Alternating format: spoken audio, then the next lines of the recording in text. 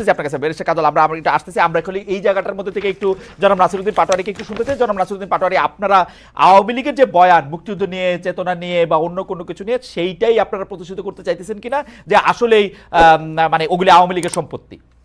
এবং আমি ব্যারিস্টার ফুয়াদের কথাও বলতে চাই যে বিজয় দিবস মানি না, দরকার নাই, নতুন বিজয় দিবস খুঁজি, জাতীয় সঙ্গীত চেঞ্জ করি, জয় বাংলা ভালো না, ইত্যাদি আর কি।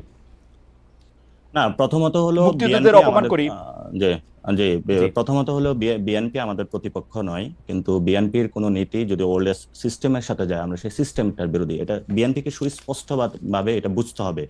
এবং বিএনপির এই আন্দোলনে অংশগ্রহণ ছিল, বিভিন্ন জায়গা থেকে তাদের সাপোর্ট দিয়েছিল, সেটা তারা অনেকে আন্দোলনে অংশগ্রহণ করেছিল তাদের কর্মীবৃন্দ। কিন্তু বিএনপির এটা বুঝতে হবে যে দলীয়ভাবে তারা কিন্তু অংশগ্রহণ করে নাই। অনেক ছিল বিএনপি নেতা, তাদের বাচ্চারা হলো তার বাপের নির্দেশ অমান্য করেই মাঠে চলে এসেছিল। তো ফলত তাদের পালসটা হলো বিএনপিকে বুঝতে হবে, তরুণ প্রজন্মের যেটা পালস, এটা হলো বিএনপির যারা নেতৃবৃন্দ আছেন তারা ভেবে দেখবেন। আর সেকেন্ড যেটা বলেছিলেন যে আমরা বরাবরই বলে থাকি আমাদের যাত্রাটা শুধু 24 থেকে না, আমাদের যাত্রাটা হলো 40 থেকে। সেখানে আমরা ইতিহাসের বাঁকটা টেনে থাকি যে আমরা যে একটা ন্যাশন স্টেট চেয়েছিলাম, বাংলাদেশের মানুষ শান্তিতে থাকবে, সেটা 40ও কিন্তু ব্রাহ্মণবাদীদের কারণে হলো আমাদের সেই অখণ্ড বাংলাটা আমরা পাইনি।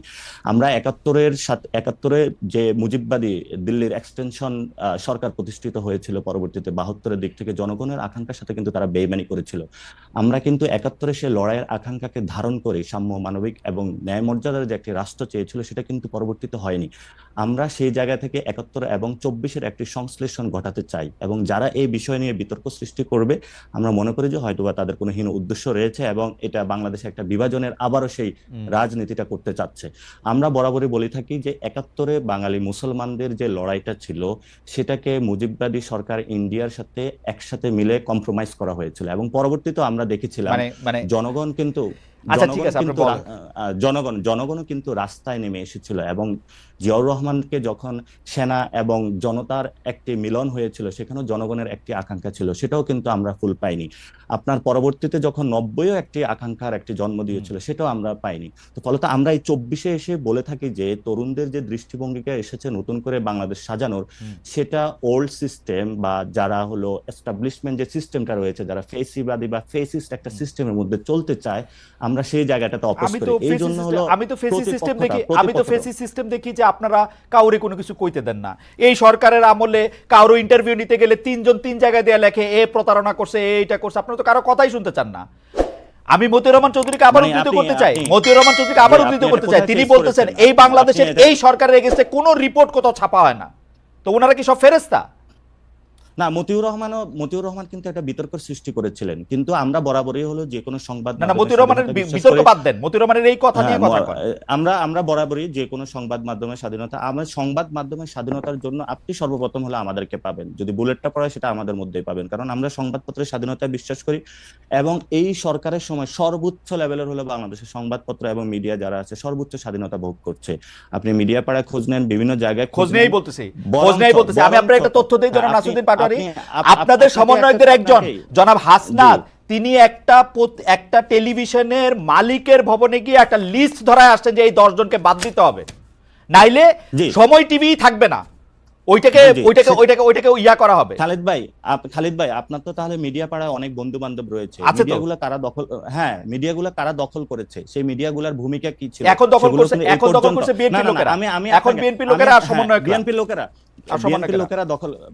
লোকেরা দখল করছে, সমন্বয়করা দখল করে নাই। কিন্তু আজকে বাংলাদেশে যে 3টি মাস হয়েছে, এই পর্যন্ত মিডিয়াগুলো কেন রিপোর্ট প্রকাশ করে নাই? সেই সময়ে গণ অভ্যুত্থানের এই পর্যন্ত কোনো মিডিয়ার মাধ্যমে কোনো একটা রিকশাওয়ালা যার ছেলেটা আহত হয়েছে, গুলিতে শহীদ হয়েছে, কোনো একটা রিপোর্ট আপনি পড়েন নাই? সেই মিডিয়াগুলো আপনি পত্রিকা পড়েন না? হাজার রিপোর্ট, হাজার রিপোর্ট। নট অ্যাবাউট দাদা, আপনি পত্রিকা, আমরা বাংলাদেশের সবগুলা পত্রিকা পেয়ে থাকি, এবং আপনি দেখেন নাই কোন পত্রিকাতে জুলাই আগস্টে কারা নিহত হয়েছে সেগুলো নিয়ে রিপোর্ট করে নাই? প্রত্যেকটা পত্রিকা আমরা টু দা পয়েন্টে পড়ে থাকি। এবং জুলাই আগস্টে হত্যাকাণ্ড নিয়ে রিপোর্ট করে নাই পত্রিকা? খালিদ ভাই, আপনি বাংলাদেশের মিডিয়া পাড়ায় এখন যা চলছে, আপনি এখনো দেখবেন বাংলাদেশের মিডিয়া পাড়ায় এখনো এই গণ অভ্যুত্থানের পরেও কিন্তু আওয়ামী লীগের সংবাদ প্রচার হয়েছিল, এখনো কিন্তু বিভিন্ন জায়গায় আওয়ামী লীগের হলো গোপন বার্তা প্রচারিত হচ্ছে। ওই বিষয়গুলো আপনাদের কোনো অবজারভেশন? না, অবশ্যই অবজারভেশন আছে। আপনি কি মনে করেন যে শেখ হাসিনা সেই জায়গাটায় গণভবনে আমি বলে থাইকা থাকি- এসএসএফ লইয়া এতগুলি ইন্দুর এতগুলি বান্দর লইয়া ক্ষমতায় টিকতে পারে না, হেলিকপ্টারে চলে গেছে। আপনার কাছে কি মনে হয় গোপন বার্তা দুইটা দিলে পত্রিকা প্রকাশিত হইলে আপনাকে ইয়া চলে যাবে, শেখ হাসিনা আবার আইসা পড়বে ক্ষমতায়, এই আপনাদের না, ধারণা? না না না না সংবাদ মাধ্যমে শেখ হাসিনা বক্তব্য প্রকাশের অসুবিধা কি? শেখ হাসিনা আসার বিষয় না, আসার বিষয়টা যখন আপনি নিষিদ্ধ একটি সংগঠনকে যার খুনের রক্তের দাগ এখন আছে, আপনি তো তাকেও নিয়ে আসতে চেয়েছিলেন। হ্যাঁ, চাইছিলাম তো। কিন্তু জনগণ যখন কথা বলেছে আপনি কিন্তু সেখান থেকে পিছপা হয়েছে না, পিছপা হয়েছে আপনারা মামলা করার হুমকি দিছেন, মামলা করার হুমকি দিছেন। আমি অ্যাটর্নি জেনারেলের সাথে কথা কইছি, তারা কইছে যে হ্যাঁ এটা মামলা করা যাইতে পারে। হ্যাঁ দিছেন তো। আমি একজনের সাথে কথা কইতেছি, জনাব নাসিরউদ্দিন পাটোয়ারি, আমি একজনের সাথে কথা কইতে চাইছি, আপনারা আমার সাথে কথা না বইলা আপনারা স্ট্যাটাস দিয়ে দিছেন যে আমি প্রতারণা করছি। আপনি জানেন প্রতারণা শব্দের মানে জানেন? জি জি, এটা এটা এটা আমি কিন্তু এটার স্ট্যাটাসের দায়ভার নিচ্ছি না, কারণ যে স্ট্যাটাস দিয়েছে সেটাতে সে জায়গাতে বলুক।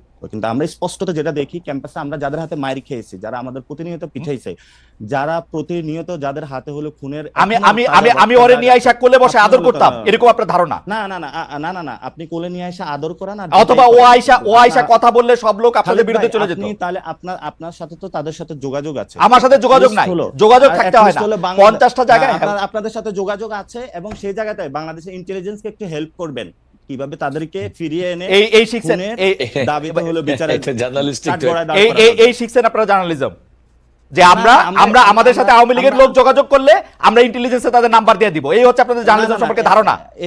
এটা হলো আমাদের জার্নালিজম ধারণা না, এটা হলো যে জায়গা থেকে খুনের বার্তা গেলে তারা আসুক বিভিন্ন জায়গায়, তারা মাঠে দাঁড়াক।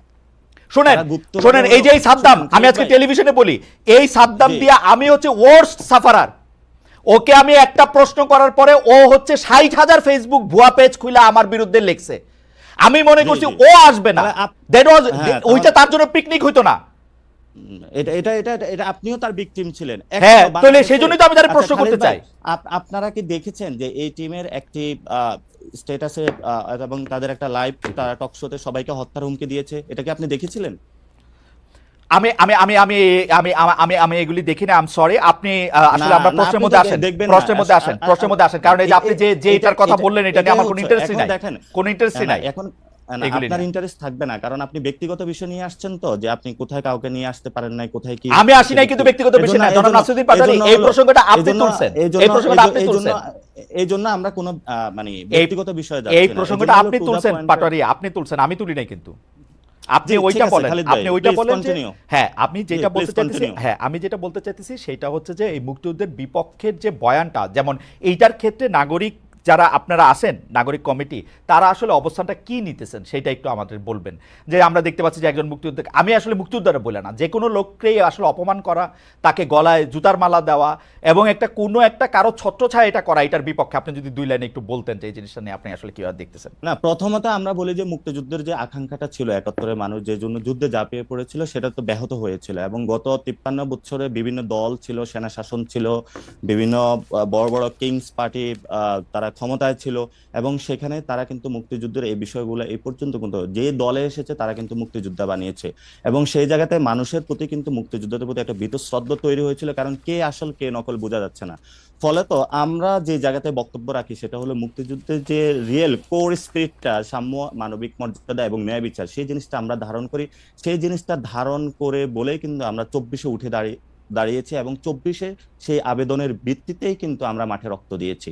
এবং আমরা এই ক্ষেত্রে কোনো মুক্তিযোদ্ধার সাথে কোনো বেমানান কোনো কিছু করা হবে, অথবা তাদেরকে হত্যা বা গুম করা, অথবা তাদেরকে অ্যাসাল্ট করা হবে, আমরা কখনো এগুলো কোনো সমর্থন করি না। ইভেন আমরা কোনো ব্যক্তিকে আইনের শাসন নিজের হাতে তুলে দেওয়াকে অপছন্দ করি, এবং এটার আমরা তীব্র বিরোধিতা করি। কারণ কোনো ব্যক্তিকে হলো বাসায় থেকে উঠে নিয়ে কান ধরে উঠবসা করা অথবা তাকে এজাল্ট করা, আমরা কখনো এই বিষয়গুলো সমর্থন করি না। আমরা মনে করি দেশে একটি সুন্দর বিচার প্রক্রিয়ার মধ্যে যদি কেউ কোনো অপরাধ করে থাকে সেটার বিচার হবে, আর যদি সে অপরাধ না করে থাকে, যদি কেউ তাকে সেই এলিগেশন এনে থাকে, তাহলে তার বিচার করা হবে। আমরা সেই সুন্দর বিচার প্রক্রিয়া বিশ্বাস করি। ওকে, জনাব নাসিরউদ্দিন পাটোয়ারি আপনাকে ধন্যবাদ। আমরা